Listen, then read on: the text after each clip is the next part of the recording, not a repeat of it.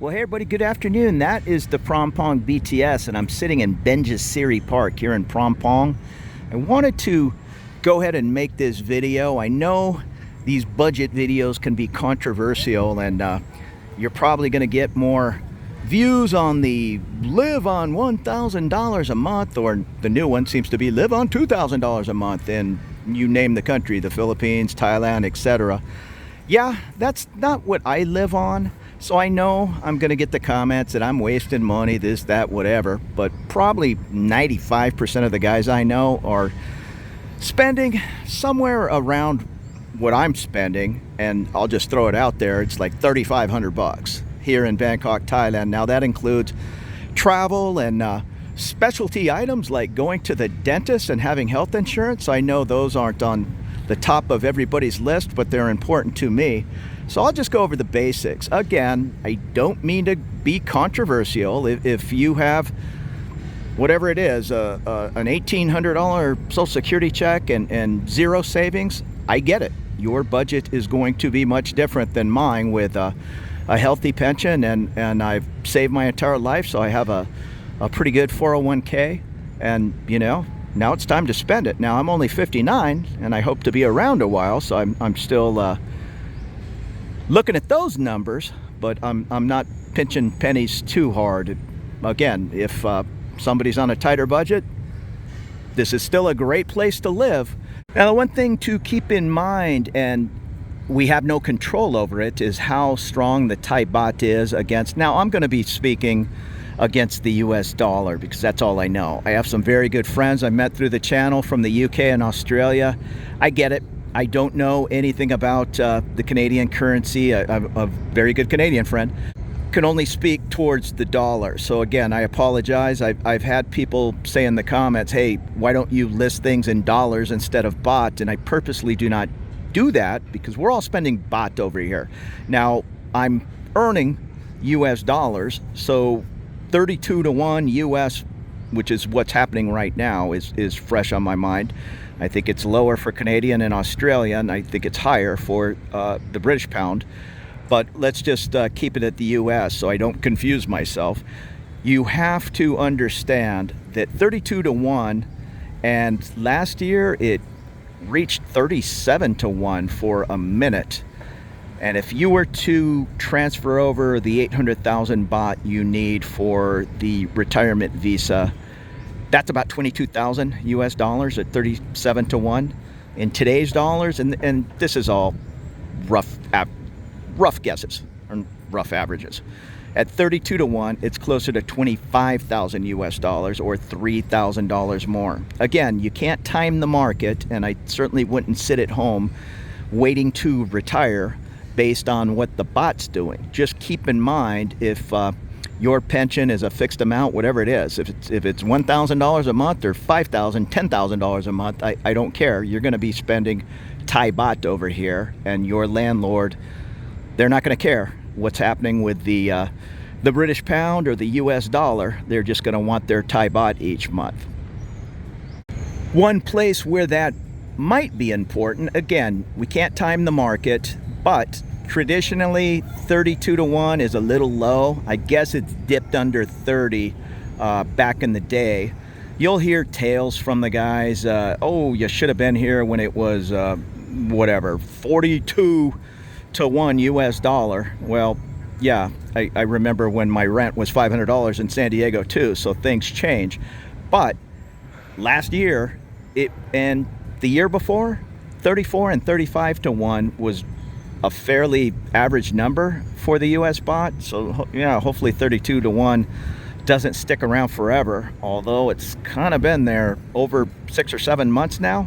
So we'll see what happens. But what I have did, again, I'm not trying to time the market, but I had 1.5 million in my $800,000 account. I think it's down to 1.1 now because I have been spending that money over the past year and a half, 2 years, and I haven't transferred money. I guess I transferred last year 20,000 US. I got lucky and transferred it at almost 37 to 1. And another time I transferred about 1 million baht at 35 and a half. So I'm not saying I did things correct, I just got lucky. But if you're going to move the 65,000 baht over every month to show that 12 months of payments, you then go into immigration and you don't have to have the 800,000 in the bank anymore. You have to show the 65,000 coming in every month, and they want to see a history of 12 months before they let you make the switch. But you're going to be at the mercy of moving that 65,000 over every month. It does not matter if the baht's 28 to 1 or 42 to 1, you have to move it over. There's no moving X amount one time a year and dividing that by 12. They want to see a clear history of the move each month, regardless of what the baht is. So again, I may have just got lucky, but I'm basically spending 37 or almost 37 to 1 money for the past year and a half, and that's better than transferring it over at 32 to 1. I even brought over 10,000 cash from the US. I've been sitting on it for 3 or 4 months. I'm not going to turn that in until it's at least 34 or 35 to 1, if that ever happens. And of course, everything's going to change, but it's important to just understand that baht can fluctuate. Your Social Security check might go up 4% cost of living each year, but if the baht dips down 4 points, that's quite a bit of difference on your spending power. So let's go over the numbers, and I have some notes here just so I don't mess up on how I get to my figure. My rent in a nice area here in Bangkok and Prom Asok, anywhere between Siam Paragon and say On Nut. I'll call that central-ish Bangkok, and definitely where a majority of expats are hanging out. I paid 19,000 baht. I'm kind of getting a good deal. So that is in today's dollar about 590 US. I would say 25,000 is a pretty good estimate, 775 bucks. You can get a halfway decent place in a nice central location, less than 800 bucks, but I'm paying 590. 3,000 baht is about 93 bucks for, again, this is in US dollars, for power. Now that's if you're blowing one air conditioner the entire time you're in your condo, however long that is a day, 15 hours, 12 hours, you tell me your schedule. If one air conditioner is purring away, it's going to be roughly 100 bucks. Now, if you have brand new air conditioners, it might be $60. If they're on their last legs, it might be $150. I think my last 3 or 4 power bills have been closer to 50 or 60 bucks because I'm kind of getting acclimated to just sleeping with the fan on and the windows open. The air conditioner is nice, but you kind of get a little tweaked when you walk outside out of that nice cool room into 105 degrees heat. So I find it easier just to have my apartment. I don't know, it's probably 80 degrees in there, but I have some fans blowing and it feels just fine. But if you're gonna be like the majority of folks, including me, for the first couple of years, count on about 100 bucks for the electric bill. Now let's see, I pay about 700 baht or $22 for high-speed internet, and it's pretty fast, 1,000 up, 500 down, or maybe it's the other way around. I pay 20 bucks for the extras, HBO, Netflix, Spotify, IPTV, health insurance. Now I'm lucky, I'm a retired mailman, and I'm able to carry my Blue Cross Federal into retirement, and I don't have to go on to Medicare. I can continue to use Blue Cross Federal. Now, I know that's changing even for federal workers that are retiring in the upcoming years, but for me, I'm lucky. So that is, it's actually less than 300. I want to say $285. If you are, say, 65 and even just getting a catastrophic policy, that could be, I'm guessing, 500 bucks, maybe even a little more, just to cover major illness and surgery. So keep that in mind. Also keep in mind, from what I understand, they stop writing the policies at age 70. Now, if you get the policy at age 65, you can keep it, I assume, for the rest of your life. It's premiums are going to go up, of course. My premiums are going to go up. When I first started that Blue Cross policy, I think it was $20-something a month. And again, I'm not complaining about paying $280. I'm sure it's a $1,200 or $1,300 a month bill. Now, what else? I pay about $75. This is just an estimate on Grab and the trains, but I go out a lot. So if I'm meeting my girlfriend for dinner across town and it's 1 in the morning when I'm heading home, the train doesn't run anymore. So it's going to cost me a whole whopping $5 Grab. But all those Grabs and trains and MRT and rabbit fees, they add up when you're out running around the city 7 days a week like I am. Now I budget in about $1,000 a month for travel.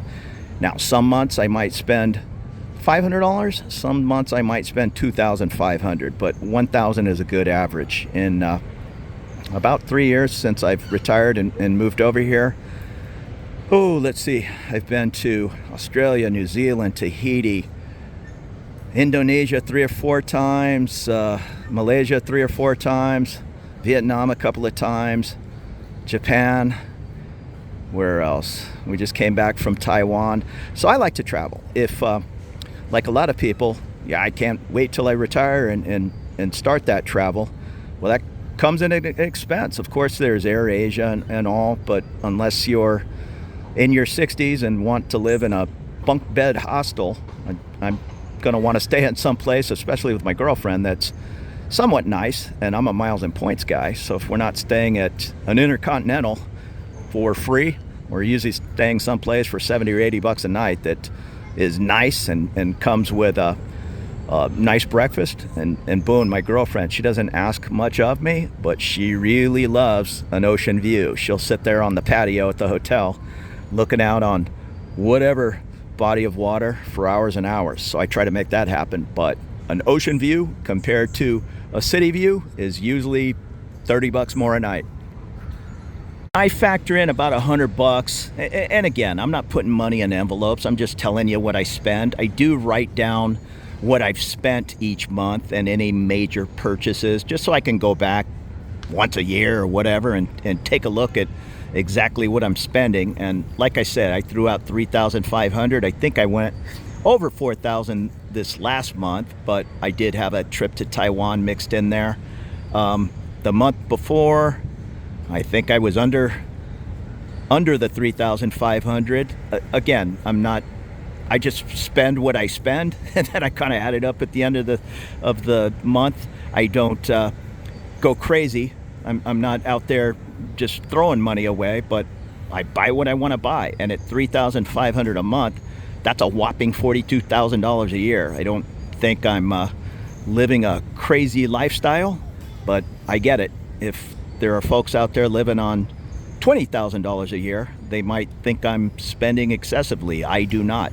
So that $100 just seems to come up every month. This month it was, I had to buy some software for $60. I had to renew my VPN for 2 years. I think that was $50. So there you go. There's $110 right there. And last year it was, last month was a trip to the dentist, and whatever that was, that costed $70 or $80. There's always going to be some little extra bill. These budgets you'll see on YouTube that include rent, I eat street food every day, and that's it. And that's how I live on $1,100 a month. They're just not realistic to me unless that person is, I don't know, never wanting to get a new cell phone, or I don't know. There's just always expenses in life. So like I said, planning that $100 a month, and sometimes it might be $300 a month, and sometimes it might be $50 a month. There's always going to be an extra expense every month for me. Now, there's usually a pretty big expense once a year, if that's a new phone, a new laptop, a new iPad, whatever it's going to be. So that's another $100 a month for something that's going to cost over $1,000, $1,200, $1,400 once a year. So yeah, you can factor that into your budget and pretend you're not spending that $1,500 once a year. Maybe you're putting it on a credit card. That's not a great idea for me. I use credit cards every day. In fact, I pay 50% of my expenses here in Bangkok on different travel credit cards to get the miles and points, but then I pay it off at least 2 or 3 times a month. So I've never paid interest for the one guy who left about 10 comments calling me an idiot for using credit cards and paying 29% interest. I've never paid a dime in interest, kind sir. Now, traveling home certainly isn't free. I guess it's going to be cheaper if you live in, say, Australia. And you tell me, if you get home, are you going to have a free car and a free place to stay available? A lot of people are going to rent a car and rent a hotel from here to the United States. That's certainly not a cheap ticket, especially if you want to do it in business class. And I'll say the majority of my friends will say something along the lines of, I'm not traveling, whatever it is, 11 hours to Tokyo and 6.5 to Bangkok in economy. I did it as a younger man, but again, luckily with miles and points, I haven't crossed an ocean since 99 maybe, in less than business or sometimes first class, just on those miles and points. But you'll have to budget in what your last trip home costed. I'm just throwing out saving $200 a month, $2,400 a year for and again, are you going home every year or every 2 years? Cut that figure in half. But let's just not pretend there's not a cost involved to maintain your residence in Bangkok and go home and hang out for a month. That's all going to cost money. So I'm kind of thinking $200 a month, $2,400 a year. And if I don't spend it going home, well, I'm going to spend it on a trip to Europe or a trip to New Zealand or Tahiti, and it's all going to add up.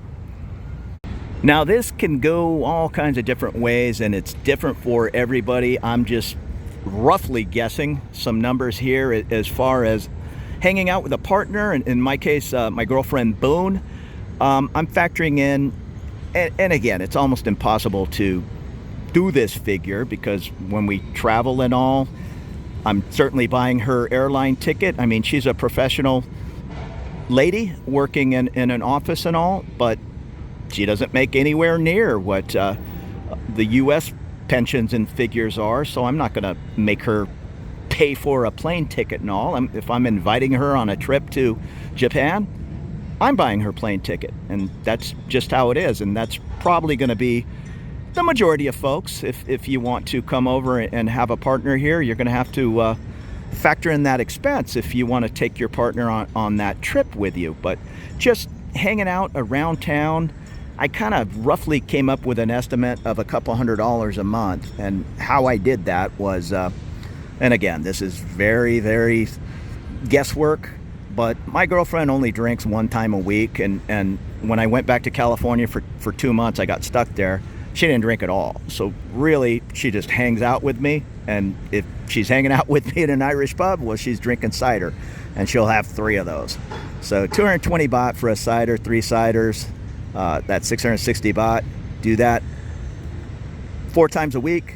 That's 2,640 baht. Now, she usually gets Thai food. Sometimes she'll get a steak or Western food. She could say, I'm in the mood for some Farang food. But just roughly 250 baht. Maybe we'll have 8 meals out with each other. That's another 2,500 baht. 5,140 total, or 165 bucks. And I just rounded it up to a couple $100 a month. Again, do I buy her a present on her birthday or at Christmas time? Sure I do. But I'm just kind of throwing out some rough numbers. Now, if you want to come over and hang out with bar girls or in the massage places, sure. There's going to be plenty of guys that say, well, that's way cheaper in the long run and all, but it's not exactly free. I'll say 150 bucks, maybe an encounter. So you tell me. If you want to do that 4 times a month, that's $600. If you want to go out to the bars and take somebody home, again, $150. I'm not exactly sure what it costs, but that's probably not far off the mark when you're buying ladies' drinks and doing all that and bar fines and on and on. If you do it 6 times, that's $900. So there you go. Round that up to $1,000 and factor that in as compared to just having a girlfriend and thinking doing the bar girl thing is going to save you money. And I also put down on this itemized list $100 towards my girlfriend just for that. If there's a present, again, it's not I need to spend $100 on her every month. It might be $500 every 6 months on XYZ present, or it's Christmas time and I'm getting her a new iPhone or whatever. Hey, it's no different for me anyhow than having a wife or girlfriend in the US.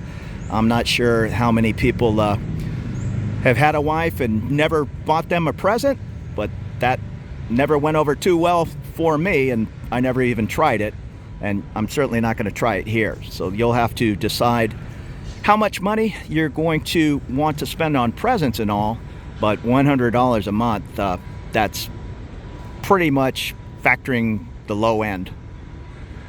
Now, as far as going out and hanging out with the guys, having a couple of beers, I do that often. I'm not gonna say I don't. I like to get out and about. Again, there's a lot of talk online about coming over and not living like you're on vacation or on and on, but hey, that's how I lived in California. I went out with my friends often if it was after work or on the weekends. So I'm factoring in hanging out 3 times a week. Sometimes it's 5 times a week, sometimes it's 2 times a week. Now, if I'm just hanging out by myself and maybe having a little dinner, I might have a couple of beers too. If I'm hanging out with the guys and it's a crazy evening, it might be 6 or 7, but I'm gonna average it out to say 3 beers. So again, just doing some simple math. San Miguel Light, 140 baht a bottle. It's the capital city. I know it's cheaper in Isan or Pattaya, but this is where I live. So 140 baht times 3 is 420. Call it 500 baht with a tip. And that is 1,500 baht. If I do that 3 times a week, times 4 weeks, that's 6,000 baht, or 100 and whatever that is, $85. Call it $200 for going out and drinking beer. You know what you do more than me. So if you drink 0 beer, it's 0 beer. Take beer out and put in Starbucks $4 coffees. And I drink 0 coffee, by the way, so you eliminate that expense off my bottom line. And as far as going out to eat, I do that often. So let's call that 4 times a week. And I don't get too carried away, but sometimes I get a $20 or $30 meal. Sometimes it's a $4 meal. Not that often am I eating 30 baht street food. I'll hit the food courts often. But again, when you listen to some folks' budgets, and they're not even here yet, but they are talking about eating street food 2 times a day at least, I don't know, 20 days out of the month, 25 days out of the month. I don't know anybody who does that. We somewhere, or I hate to even say this, again, it's controversial, but I'll say for the most part, my buddies, myself, it's kind of a 50-50 mix of Thai food and other Western options. Even Japanese, Korean meals, they're going to be 15, 20 bucks in a restaurant.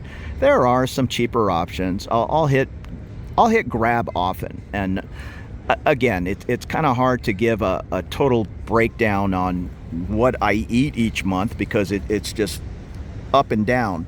But just a rough idea of going out to eat would be 125 bucks, $150, and that is just averaging 250 baht a meal. Again, it could be a 60 baht meal, it could be a 400 baht meal, but at an average of 250 baht, that's roughly 150 bucks of just kind of eating out.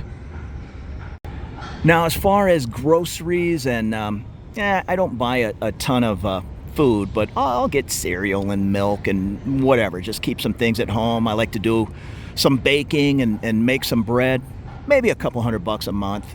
Bourne has kind of taught me how to use the different Big C and Lotus and 7-Eleven apps to get everything on sale. When they lower the price of detergent, I'll load up. Roughly $200 a month. Again, I don't really keep close track of that. I'm sure I've spent $500 a month on going crazy and buying whatever it was, new mops and 6 months supply of everything I need for the condo. But for the most part, a couple $100 a month, It's about right. That would also include like body soap for the shower and shampoo and on and on. And again, these are just my numbers, and some of it is a guess. I'm just trying to give an average guy out there who might have some money in the bank and a decent pension just an idea of what things are going to cost over here. To be quite honest, I live a pretty good life over here. I do anything I want to do. I travel when I want to travel. I go out 7 days a week if I want to do that. I just get so much more for my money here in Bangkok as opposed to California, and I'm sure it's the same if you live in London or Sydney or any other large expensive place. Well, even some of the smaller cities in most Western places are going to come at a considerable expense compared to Thailand. But I'm not sitting in the condo and not going out because I've already gone out one time that week. I kind of do anything I want to do when I want to do it. So if you're of that mindset and you're just wondering as to what all this is going to cost, $4,000, that seems to be my sweet spot to do anything I want to do when I want to do it, and I do plenty. I take a trip usually with my girlfriend at least once a month. If it's every 6 weeks or 2 months, well, then it's usually a bigger trip, like whatever, like a Japan trip and Disneyland and on. All those things are going to be expensive. But for the most part, sure, you can come over and for $2,000 live a pretty nice life, but you're not going to be doing a lot of trips to Japan and Australia in your spare time. $4,000, $5,000 even, not totally unreasonable. Sure, you can spend $5,000 on your rent over here if you'd like, but if you're going to do like most of my buddies and myself and just get a nice place in a nice part of town that's convenient, 2,500 baht, that's very doable. You can live a little further up the train line. I know Punawiti's getting super popular. It's what is it? I don't even know. 6 train stops away here from Prompong, and there are some beautiful apartments up there for 10 and 12,000 baht. It just depends where you want to be. I really enjoy living in this Prompong area and just walking everywhere. I'm about 1 mile from my home now, and yeah, it's easy to ride the trains everywhere, but it's much easier to just walk home. So you're going to have to decide where you want to live and how large a space you want. If you're okay with a 30-meter space, that is easy to find under 20,000 baht. If you need a 60-meter place, well, you're going to spend closer to 1,500 US. But just wrapping it up, I can only tell you what my numbers are, and I'm paying 19,000 a month for rent. I'll say 3,000 or 19,000 baht, $590 for rent. 3,000 baht or $93 for power. Again, I'm shooting high on that. Water, I don't even count. That's about $2 a month. 700 baht for high-speed internet. It might have went down to 600 baht because I turned in the cable box. 20 baht or $20 for all the HBO, Netflix, Spotify, IPTV, the internet TV. Get the HBO and Netflix over here. You'll need a Thai phone to sign up for them, but it's nothing. I think HBO's $25 a year, and Netflix, I'm on like a 6, family plan. So Boone, her sisters, everybody's on this Netflix 4K plan, and it cost me a whopping $5 or $6 a month.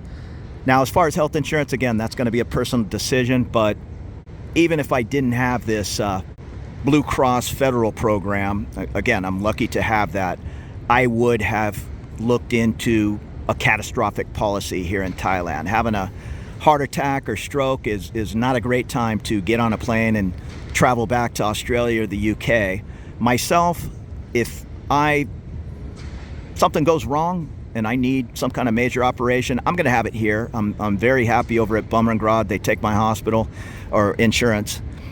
They're even an in-network hospital, and if you're unfamiliar, you're from the UK or whatnot. In the United States, when we have health insurance, there are out-of-network and in-network. And in-network, you just roll into the hospital and pay the copay. Out-of-network, oftentimes you pay the entire bill and then you're reimbursed whatever it's going to be, 90%, 95%. But my insurance here at Bumrungrad, if I have to go inpatient, pays 100% of the bill. Now, when I go outpatient, it's a little hokey. I still have to pay the US copay, which might be $50 to see a specialist, and everybody's a specialist at Bumrungrad. When you walk in and you're asking them to see about kidney stones, they send you straight to the urologist. Yeah, if you tell them you're having some chest pains, you're going to go to the cardiologist. So again, I've been very satisfied with Bumrungrad. I know buddies who've gone to Med Park, Bangkok Hospital, Samiti Way, all very good private hospitals. There's a string of other hospitals. Well, there are government hospitals that are much cheaper. But folks like my girlfriend, she has Thai insurance and it covers her at a private hospital, but her insurance is almost tied to her hospital. It's kind of all in Thai. There's not a lot of English spoken there, but her job gives her certain amenities once a year. She just did it. It was like a free physical, free eye exam, free hearing. But if she wanted the mammogram, the cervical, and different types of things like that, she had to pay, it wasn't much, like 60 or 70 US dollars, and she received all those tests. So even Thai folks are going to have a different private policy, and those might be available to expats. I'm not sure, but for the most part, expats are probably going to want to go with an English-speaking hospital, and that's probably going to cost more insurance-wise. Oh, and what I was getting at with my co-pays, I might pay $50 to see the cardiologist to go talk about my LDL levels and on. And then when I look at the total bill, of course it's in Thai baht, it's about $80 US, and I paid a $50 copay because that is what my copay is in the United States, and that's what my copay is here. Also in the United States, if I'm inpatient for a surgery, well, I don't have it memorized. I think if I'm inpatient, everything is covered 100%. I think if I have to have a surgery, I pay $250, I think. Again, I hope I don't need a surgery anytime soon. My right knee is feeling a lot better. I thought I was looking at a knee scope. Now that would have been an outpatient surgery, which I believe is a $400 copay, and that would be the same here in Thailand, just converted to Thai baht. Now what many people do is, and I might have already mentioned it, they just pay out of pocket for these $100 and $150 visits. Again, you know better than me if you go to the doctor 10 times a year or once in 10 years. That will determine what kind of insurance or what kind of out-of-pocket expenses you're going to have. So that's health insurance. Again, that's a personal decision. I think it's important to have, but you'll hear many folks talking about self-insuring and having a credit card with $10,000 left on it. Yeah, I don't know. I think if you get some kind of cancer and you need chemotherapy and operations and all, you're going to exceed $10,000 very, very fast. But again, I'll leave that up to you. Now, $75 I put down for transportation, Grab and trains. Don't know. That's just a guess. I'm in Grabs all the time, sometimes 2 or 3 times a day, and I'm on the train going places, making these videos often. Maybe it's $50, maybe it's $100, but I just put down 75. I put $1,000 for travel. Again, sometimes it's $500 a month, sometimes it's zero, sometimes it's $3,000 a month. You tell me where you're going, and if you're taking a partner with you, well, that's going to cost a little extra. For me, $1,000 a month seems to be about right. I put down $100 for something that's going to come up every month, and it does, if not a couple of things a month, just daily living. Going to the dentist, paying a copay at the doc, paying your VPN fee, paying your cell phone for the year, whatever. $100 is probably pretty low. Another $100 just kind of save that for the year, you're going to have something over $1,000. That's $1,200 a year for a new phone, a laptop, whatever. That's going to be over $1,000. Those expenses have to be paid. So if you want to make a monthly budget, you better factor it in. What did I put down here? A couple $100 a month. That's $2,400 for setting aside some money for traveling home. Again, if you can travel home for $1,000, well, that's your budget. If it's going to be $8,000 in business class, that's going to be your budget. I put down about $100 to just buy things with my girlfriend, with myself at the night market, just wasting money. $100. $200 on my girlfriend. I broke down having some dinner and drinks. Drinking 4 times a month for her, and maybe dinners 6 or 8 times a month. $200. Maybe that's low. I don't know. Maybe it's $300, but let's just keep it simple. And this is close. Me going out and drinking beer, a couple $100. Yeah, maybe that's low. I don't know. I need to kind of cool it on the beer, just because my beer intake is kind of exceeding my walking 10 miles a day intake, and yeah, I need to average that out.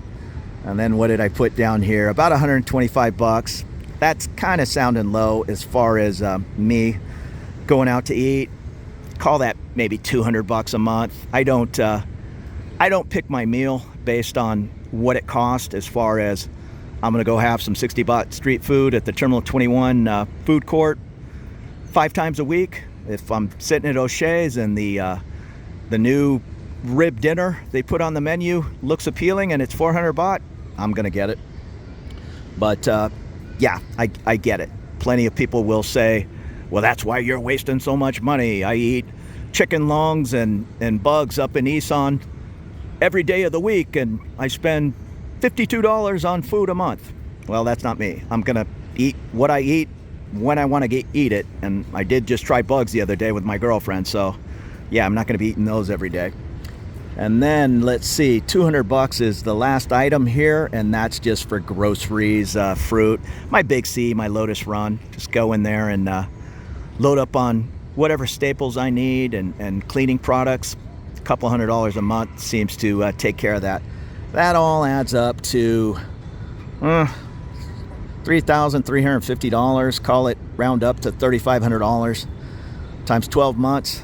That's $42,000 a year, and that's pretty darn good living. So for $50,000 a year, yeah, you're gonna live great.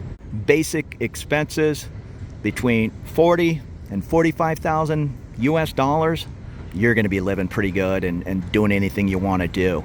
I could not live on $42,000 in San Diego. There's no way. And even if I did, living on a sailboat out at anchor in the middle of San Diego Bay, and I had those opportunities. I had the boat, I had the mooring ball. There's an 11-year waiting list, I think, to get a mooring ball in the nice, quiet marina. What's it called? America's Cup Harbor, right there in Point Loma. It doesn't rock, nothing. It's not on the bay, and your boat just sits nice and still. And I could have kept a sailboat there and hung out on that boat, but just going out and listening to music and hanging out with friends and having beers, that's $250 when you go out. It's not $40 like it is here. So I can go out and try new restaurants and take Boone to different pubs around town and night markets and all, and I can do that 4, 5, 6 times a week here in Bangkok on that same amount of money. So that's what I choose to do, and I appreciate you listening to me. I'll go ahead and read and try to answer all the comments, but please save me on the I'm an idiot for spending that much money and I should be spending $1,000 a month. I'm not living on $12,000 here in Bangkok or anywhere in the world. And if that is what you choose to do, or maybe that's what you're forced to do, I get it. But that sure doesn't mean that's what the rest of us need to be doing. I don't want to go to the grave with the fanciest casket. So I'm going to spend what I've earned. And it was hard to earn that money. Being a mailman, working overtime all those years, carried mail for almost 34 years. And now I'm going to enjoy my retirement. And I'm really not even dipping into the principal so much. So I'm having a good time. So you take it easy. Come on over here and let me know when you're coming. We'll kick back and have a beer. You take it easy.